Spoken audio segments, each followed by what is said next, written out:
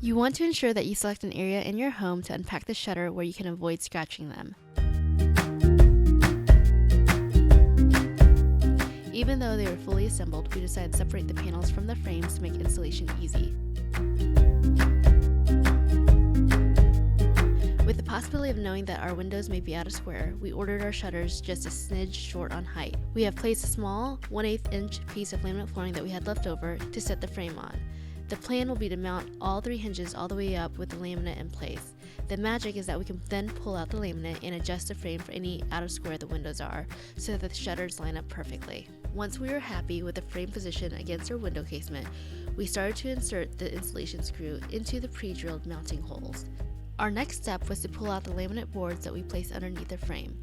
Notice now that the frame can now go up and down. We set the laminate in place so that it will allow us to figure out whether or not we again need to shim up or down based on whether or not our windows were square.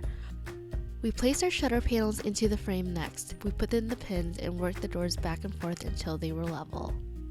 Next, we'll double check how smoothly the shutters open and close, as well as see how the corners line up against the frame. We're going to be using a double piece of folded paper as a feeler gauge. We'll see how loose or tight the top and bottom panel is to the frame. This window feels loose on top and tight on bottom.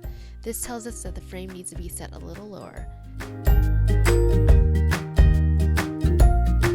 The next step is then to sand down the laminate, which we will use to set the frame against when we officially secure it to the casement. After putting it in place, we're going to use a feeler gauge again to ensure that both the top and the bottom feel the same, resulting into a square frame.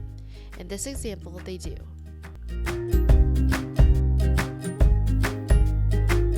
The final step is securing the frame to the window casement. We swung open the shutters very carefully. We'll start from the bottom and hold the shim sideways against the frame. We've used installation screws and drilled them into the pre-drilled mounting holes. Once we were done inserting the remaining pre-drilled mounting holes and screws, we double-checked our gaps to make sure they stayed in place during installation. The result was that the top and the bottom were square, and everything had a free flow gap. Overall, the installation process for our Blinds.com signature wood shutters could not have been easier. It took us about 10 minutes for the first window and 5 minutes for the remaining windows.